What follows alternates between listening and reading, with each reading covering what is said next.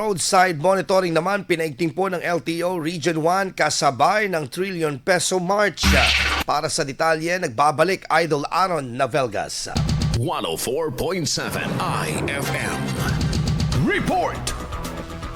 Pinalakas ng Land Transportation Office Region 1 ang roadside monitoring kasabay ng trillion peso march upang matiyak ang maayos na daloy ng trapiko. Nag-deploy ang ahensya ng mga team sa pangunahing kalsada at city centers na apektado ng pagdagsa ng mga tao at sasakyan. Kabilang sa isinagawa ang visibility patrols, roadside inspections at traffic management. Nakipag-ugnayan din ng LTO sa PNP para sa mas mabilis na tugon sa mga aberya. Tumutok ang mga tauhan sa pagsusuri ng driver's licenses, rehistro at pagsunod ng mga pampublikong sasakyan sa patakaran. Tiniyak naman ng LTO Region 1 na magpapatuloy ang kanilang operasyon para sa kaligtasan at kaayusan sa kalsada. Kasama mo sa IFM News Tagupan, Idol Aaron Navelgas, Tatak IFM.